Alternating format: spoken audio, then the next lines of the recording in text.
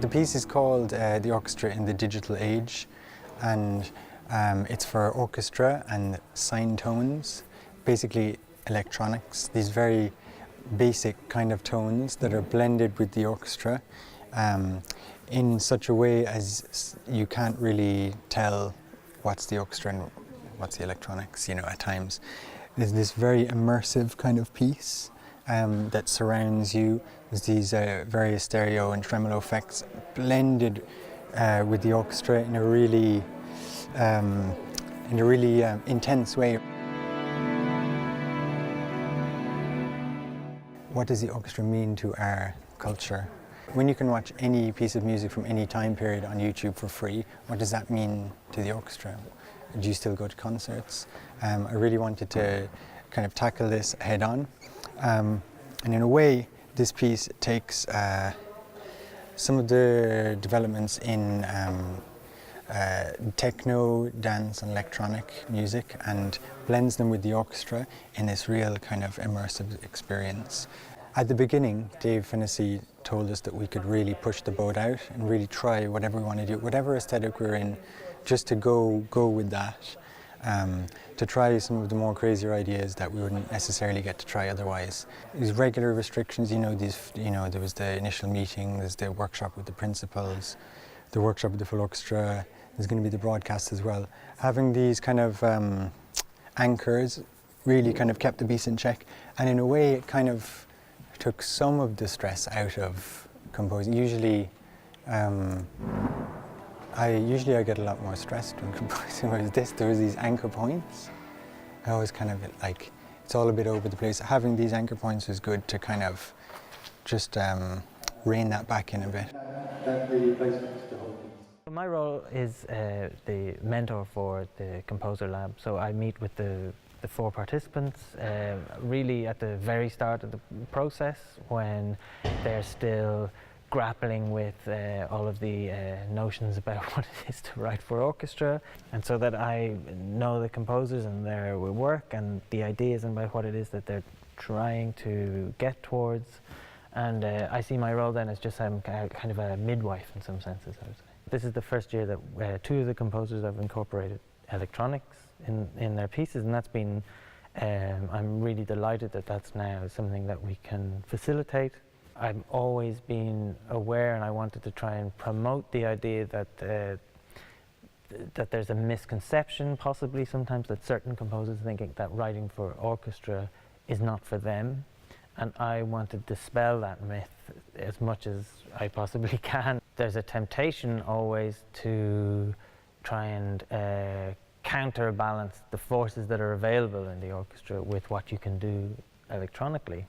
I think both Kerry and Sam have been very clever in that regard, because they also have been quite restrained in the way that they use the orchestra. And both of them actually have been, it seems to me at least, interested in an idea which is a blurring of the line about where the orchestra ends and where the electronics begin. And it's to do, I think, with a very contemporary way of listening to different kinds of music anyway, so that especially that we have an idea in mind as well that the final performance of this year's Composer Lab is a live radio performance. And so that's very much in mind as well, about how that those two media, how they're going to mix when it's being live broadcast from a radio studio as opposed to a concert hall space.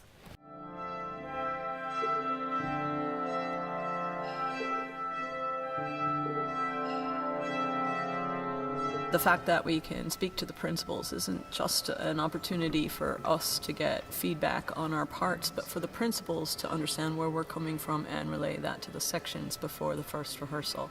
And that's unusual, otherwise we're spending a lot of time in rehearsal explaining to the whole orchestra, this is what I intend here, this is what as much as you can write in a score, you never can completely convey those ideas. And so the fact that there's a workshop with the principals in the beginning of the process sets sets it up. Electronics for me is a member of the orchestra. You know, it has a different timbre, it may be more flexible than the other instruments, but it should never be more or less than anyone else in the ensemble. And I've written it so that the electronics are part, and it requires a human operator to follow the conductor and adjust loudness as necessary, the way anyone in the orchestra would.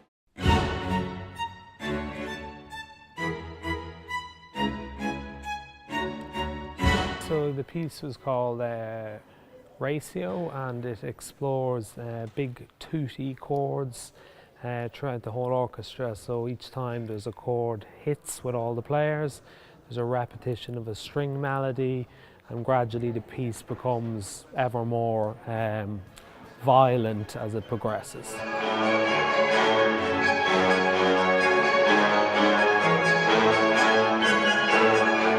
It was the first time writing a piece for an orchestra, and I found it challenging, to say the least, you know, because you're dealing with so many players. But I found the way the program was structured, the mentorship from Dave, to be incredibly helpful, an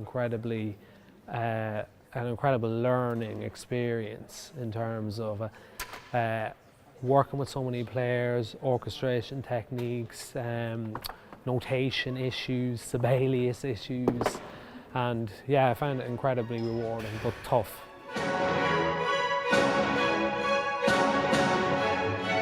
I'm very comfortable with kind of ensemble pieces where you have, you know, violins, flutes, singular instruments, whereas when it gets blown up to a full symphony orchestra, it becomes something that's a whole different ball game. So I kind of had to adapt my writing to fit the orchestra as well, and make that as part of the composition process. I found the deadlines to be quite tight, because it was a big learning curve for me, but definitely the principals workshop and particularly all of Dave's advice I found to be brilliant, really helpful. I had lots of kind of notation issues, where I had to deal with you're dealing with so many players that if I had in the future, I'll know what those are, and you can focus on being very creative with the instrumentation as opposed to having to retrospectively go back and look at the music from before and kind of fix it, you know.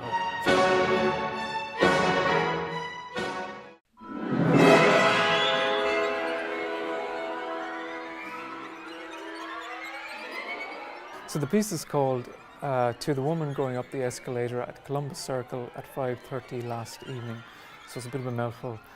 The title is borrowed from a poem by an American poet called Andrea Cohen, who I met a couple of years ago at the MacDowell Colony in New Hampshire. So in the piece itself, I wanted to explore different auditory illusions, which is something I've become sort of interested in the past couple of years. And in this piece, in particular, the shepherd tone illusion, which I suppose is one of the more well-known auditory illusions. So the shepherd tone illusion, it's an auditory illusion that's analogous to a barbershop pole, or the optical illusion that a barbershop pole creates. So if you look at a barbershop pole, it's moving up. It looks like it's continuously ascending, but in fact it's just going around in circles.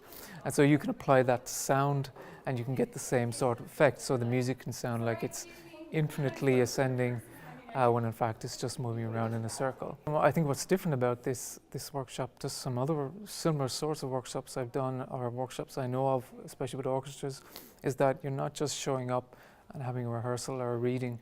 You're actually developing the piece over the course of a few months, and I think that's the best thing about it. So you get to try out things, and you get to take a few risks and write things you haven't written before, and just see, because sometimes it works, sometimes it doesn't, and yeah, it's just this idea of developing a piece over time which appeals to me, and it's been really helpful. I think it's something that's more similar to what you find in the theatre world, where they sort of workshop pieces over time, and you just don't get that so much in classical music, especially orchestral music.